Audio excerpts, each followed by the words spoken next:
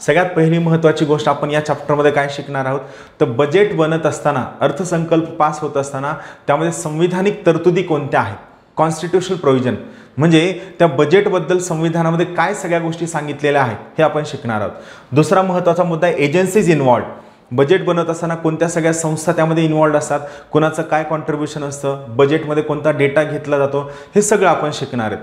पुढचं आपण शिकणार आहोत फॉर्म्युलेशन ऑफ बजेट, म्हणजे ॲक्च्युअल बजेट बनवणं, बजेट बनवण्याची प्रक्रिया किती तारखेला सुरू होते, कोणती प्रश्नावली पाठवली जाते, त्यात कोणती माहिती गोळा केली जाते, डिस्बर्सिंग ऑफिसर म्हणजे काय, या सगळे मुद्दे जे मी शिकवतो ना, हे मुद्दे कोणत्याही पुस्तकात मिळणार नाहीत। रादर हा जो मुद्दा मी शिकवतोय हा तुम्हाला देसले आणि कोळंबे सारख्या पुस्तकात सुद्धा मिळणार नाही, एवढं मी सिस्टमॅटिकली शिकवतोय। म्हणून लेक्चर गोडीनं होऊ द्या, चांगल्या पद्धतीने होऊ द्या, प्रत्येक मुद्दा चांगला समजून घ्या।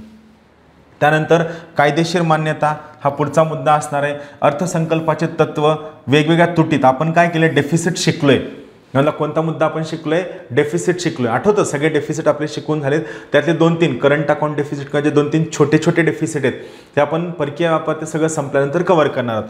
त्यानंतर अर्थसंकल्पाचे प्रकार आणि FRBM ॲक्ट, FRBM ॲक्ट हा कशाशी संबंधित आहे, हा खास करून खर्चातील सुधारणांशी संबंधित कायदा आहे।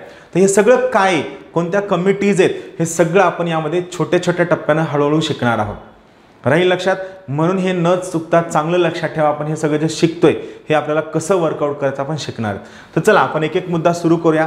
या ठिकाणी शिकवत असताना हे लक्षात ठेवा की मी जेवढ्या संविधानिक तरतुदी तुम्हाला सांगतोय त्या सगळ्या तरतुदी तुम्ही चांगल्या लक्षात ठेवायला हव्या।